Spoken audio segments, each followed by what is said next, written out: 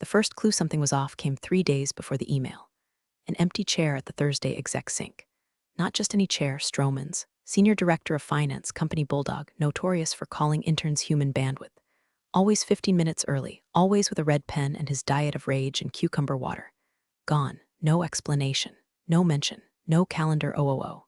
Then the Slack channels started acting funny. #ops score vanished. Just disappeared. HR said it was a permissions glitch, but I checked the backend logs. Someone nuked the whole workspace at 3:47 a.m. that morning. Who's online at 3:47 a.m.? No one, unless you're scrubbing evidence. Then came the Friday pizza party. Now, we hadn't had anything resembling a morale event since pre-COVID, so when they announced Surprise Appreciation Day, with greasy dominoes and lukewarm La Croix, everyone raised eyebrows. Booked the event space next to HR balloons. A damn DJ, they were trying too hard. The VP of People, Becca, the one who kept TED talks framed on her desk, gave a 5-minute speech about redefining culture that made 3 people quietly update their resumes mid-slice. I should have known it wasn't a party. It was a distraction. By Monday, my badge stopped working on the first try. Second scan, beep, green light, I laughed it off. But my gut started screaming. My team's weekly report got bounced back with a weird error. User does not exist. And our resource tracker gone, redirected to a 404 page with a smiling fox that said, oops, that Tuesday the email hit at 7:08 a.m. Subject, strategic realignment update. Body, your position has been impacted. Your role has been identified as redundant in the upcoming transformation cycle. We appreciate your service. Effective immediately. No salutation, no signature, no dignity. The kicker, it was a reply all optional notice, as if I'd want to hit reply and thank them for shoving 16 years of loyalty into a 4-line digital obituary. I hadn't taken PTO in 2 years. Ran payroll through a tornado warning once, literally. Slept on the office couch during Q4 audit week. And now, a bot just fired me. But I didn't reply with a sob story. Replied with something better. Because 3 months ago, Stroman, the missing bulldog, sent me the wrong attachment in a shared folder. Meant to be a cost model. What I got instead? A spreadsheet titled FI 25 Bonus Matrix Master Final XLSM. It had tabs, names, dollar amounts that made my severance look like spare change on a dive bar floor. And in that moment, heart pounding like drywall cracking under pressure, I didn't feel sad. Or scared. I felt ready. What they forgot was that I trained half the people who built the permission system. They thought cutting me loose was quiet. Surgical, but I don't go quietly, and I don't leave empty-handed. Back when I still gave a damn, they used to call me the ghost of budget past. Quiet, fast, invisible, but I knew where every dollar slept, cried, or got laundered. So when Stroman sent me that spreadsheet by mistake, I didn't flag it, didn't forward it, buried it in plain sight, tucked inside a folder labeled Archive Backup OLD FY22, nested under 6 dummy subfolders named after canceled projects. Because I knew. Sooner or later, someone was going to press the wrong button, and I wanted a front row seat. What I didn't know was how wrong they'd play it. See, they didn't just lay me off. They erased my department. 57 people. Ops, strategy, logistics, vendor compliance. All gone like we were a bad idea someone had at a bar. And they didn't even do it clean. One guy found out because his Slack avatar vanished mid-stand-up. Another was on a client Zoom when her Outlook calendar deleted itself live. Her meeting just blinked off the screen like it got raptured. It wasn't downsizing. It was a digital execution. And the spreadsheet? Oh, that thing was radioactive. It had names. Not just C-suite either, board members, external consultants. One guy listed only by initials, RM, with a $2.4M discretionary alignment incentive, and the note secure continued silence Cancun. What the hell happened in Cancun? But the part that made my blood boil. A line item for Becca, the pizza party clown queen herself.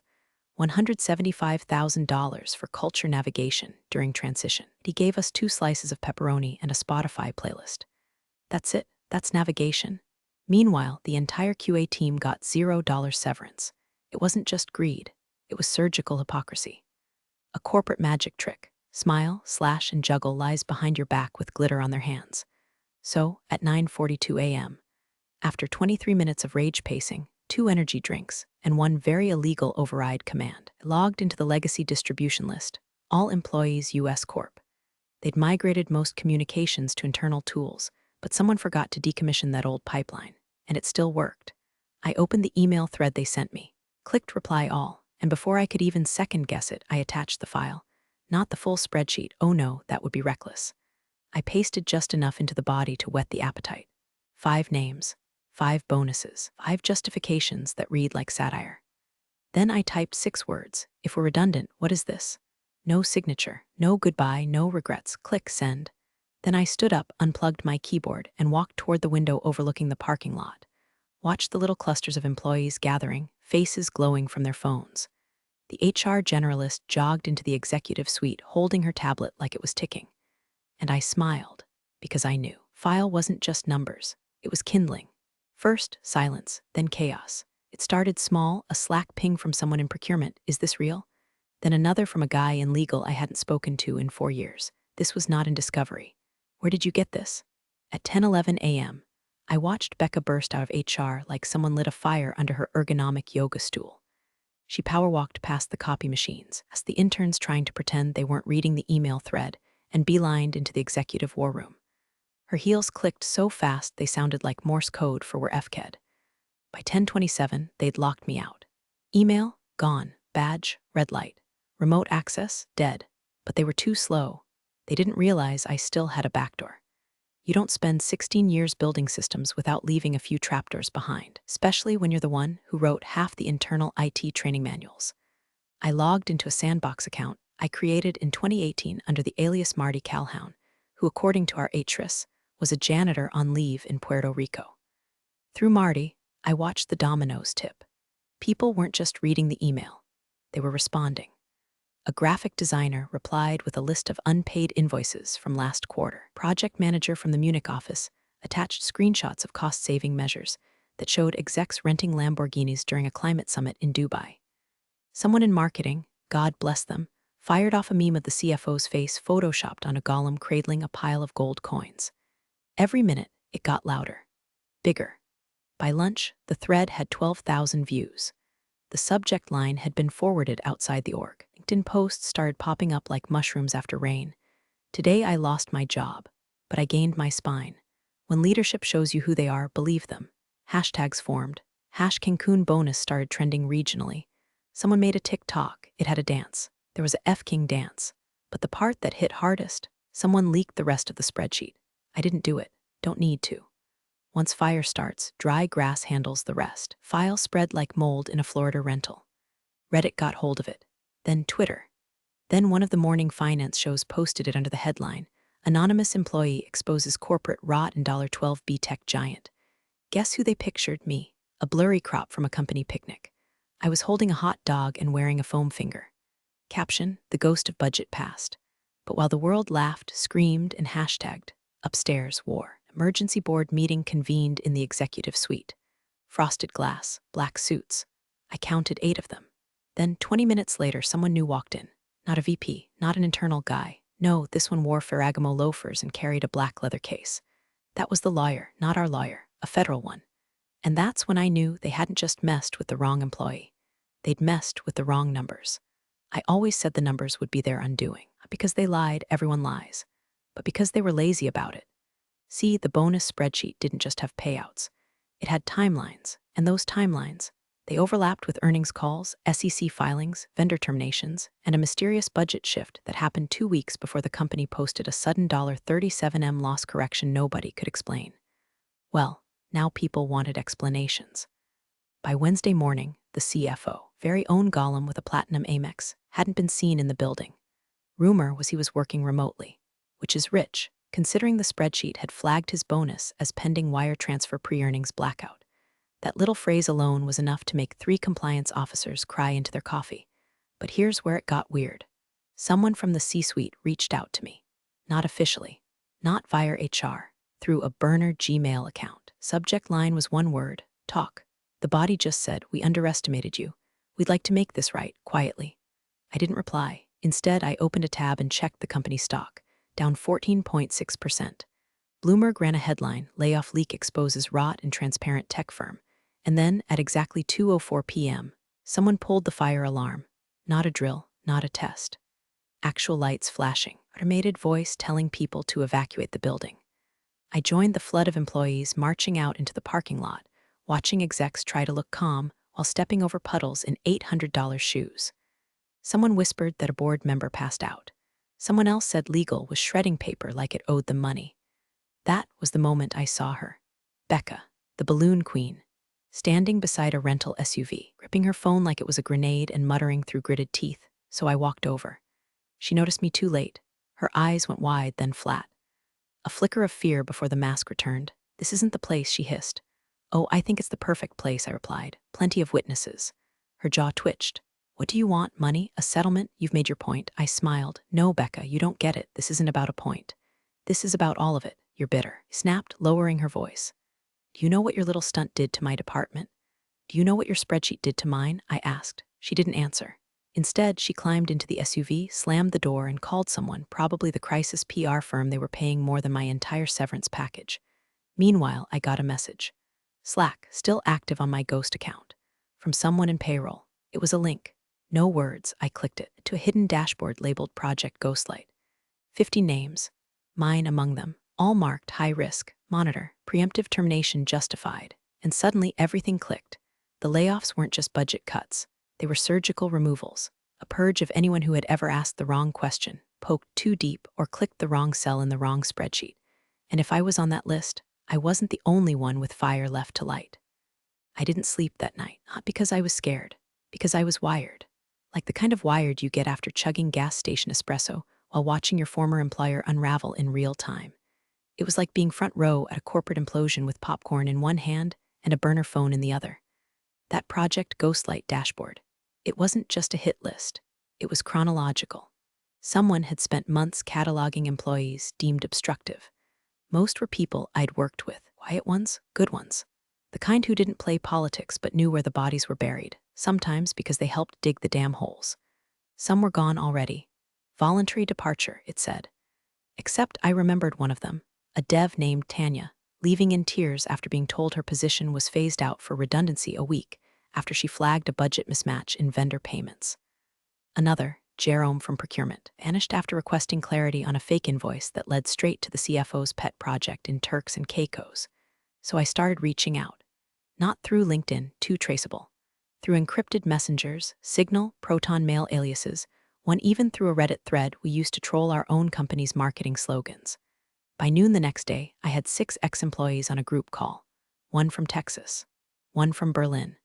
One, God bless him, hailed in from a fishing boat in Alaska, yelling over the engine. What they told me made the spreadsheet look like child's play. There was another file, not a bonus doc. A doc called Alignment Forecast Q3-Q4, buried behind an admin-only SharePoint wall that had been recently deleted. It detailed future layoffs 3 quarters out. Entire teams marked non-strategic. Budgets already reallocated before the layoffs were even announced. This wasn't reactionary, it was the plan all along. And guess who approved that reallocation? The CFO, with signatures from Becca and RM again. That damn RM kept showing up like a ghost behind the curtain, every doc, every leak, but no one could ID him. We searched org charts, internal emails, contract vendor databases. Nothing. Until Alaska guy Tommy goes quiet, then says, "Wait, RM. You mean Ronan Mears? Ronan F. King Mears, former board member.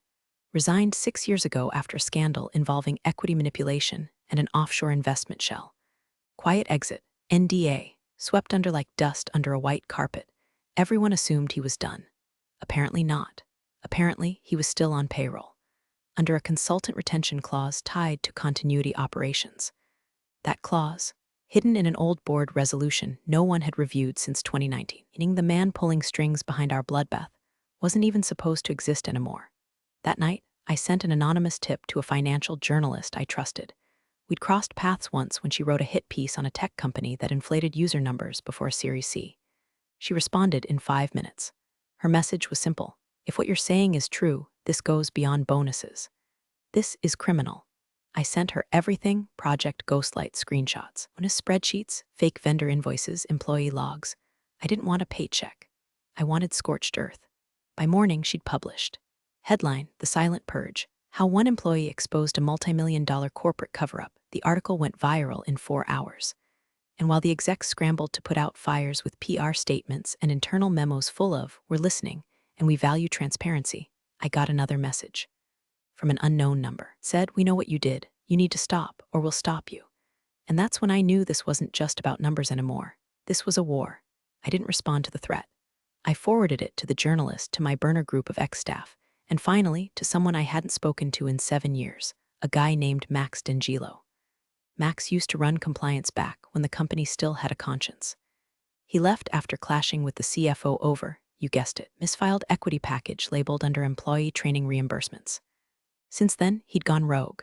Freelance forensic accountant, consulting for whistleblowers, law firms, regulators, ghost in a suit. Max answered on the first ring. What did they send you? He asked, no greeting. Just a little love note, I said, vague threat. Classic move. You forward it to anyone, you, the reporter, and 6 pissed-off ghosts. He whistled low. They're panicking. That's good. Making people get reckless. Exactly, he said. Now let's push them off the edge. He wasn't kidding. Max already had a theory about RM and the Cancun note. He believed Ronan Mears had never really left, that after the board scandal, they buried him legally but kept him functionally intact, as a back-channel consultant, off-books fixer, and strategic hatchet man, all protected by layers of shell LLCs and friendly firewalls. But here's where it got disgusting. Max discovered one of the shells, Tramway International, had a payment trail leading directly to a PAC. Not a big one, small, local, but tied to a state rep who just happened to sponsor legislation 6 months ago favoring tax leniency for tech-based reinvestments in workforce realignments. In other words, they got a tax credit for firing us. Let that sink in. They slashed our jobs, shuffled bonuses to cronies, then patted themselves on the back for streamlining inefficiencies, while using that very bloodbath as leverage to cash in public funds. So we went further. The ex-employees I'd rallied, we became something between a trauma group and an investigative unit. Tanya dug up old flagged audit trails. Jerome pulled vendor logs and found 2 companies billing identical services with invoice numbers 1 digit apart. Classic laundering trick. Even Alaska Tommy stepped up, mapping out the timeline of layoffs against internal meeting records and discovering what we feared. The firings always preceded massive trades by one hedge fund. Name, Felden and Thorne. Guess who sits on their advisory board? Ronan Mears. It was a circuit. Fire employees leak just enough to drive stock price down. Hedge fund swoops in and shorts the drop. Company quietly rebuys shares at discount.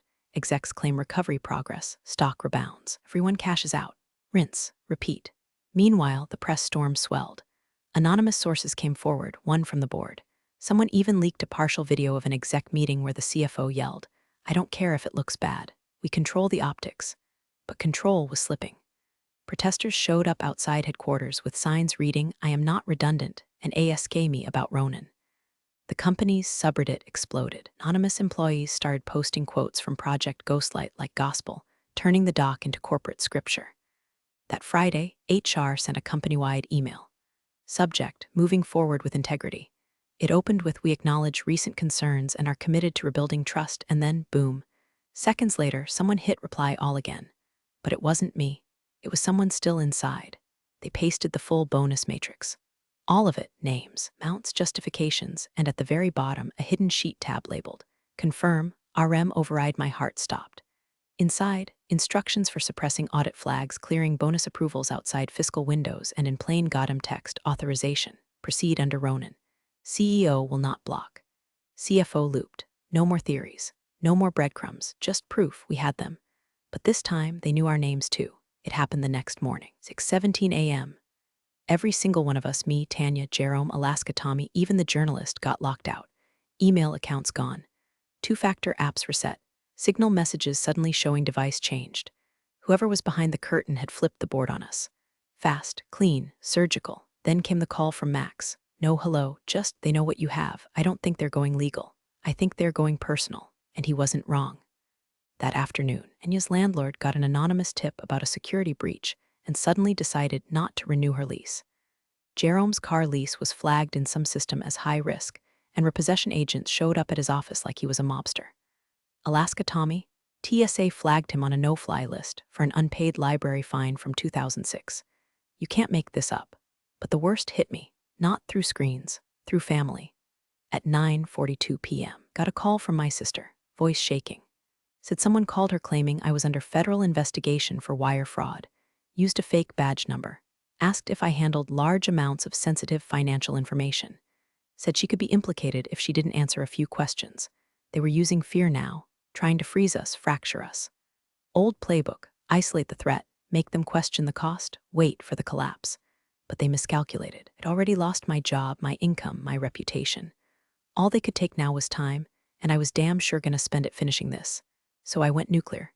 I leaked the entire internal comms archive, everything I had, all the Slack logs, all the flagged budget memos, meeting notes, vendor receipts, emails where they coordinated severance packages after termination letters were dated, a full chain showing RM and go-aheads for timed layoffs around stock performance dips.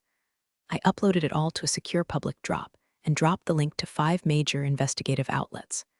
No burner email, no encryption, just a single message: if I disappear, publish everything. The next 48 hours were a blur. Cable news picked it up. The words whistleblower and corporate sabotage started flying around like bees in a busted hive. CNBC ran with the story again. Merck called it the CFO files. And somewhere between anchor panels and trending hashtags, the SEC finally blinked. Subpoenas were issued. 1 board member resigned. 2 others took a leave of absence. Then finally, the domino we were waiting for. A photograph leaked. Ronan Mears, boardroom, pale, mid-sentence. Documents in front of him. Behind him, FBI jackets. 2 agents. That picture went viral in under 10 minutes. The caption someone added, "Redundant this?" And just like that, the empire cracked. Employees staged a walkout. Class action lawsuits filed. Congressional reps tweeted about reforming corporate severance abuse. And inside that chaos, the company tried to spin the same tired PR line: "This doesn't reflect who we are." But it did. It always did. All we did was hold up a mirror, and now the world couldn't look away. And yet, as the headlines spread and the vultures circled, couldn't shake the feeling that something wasn't finished.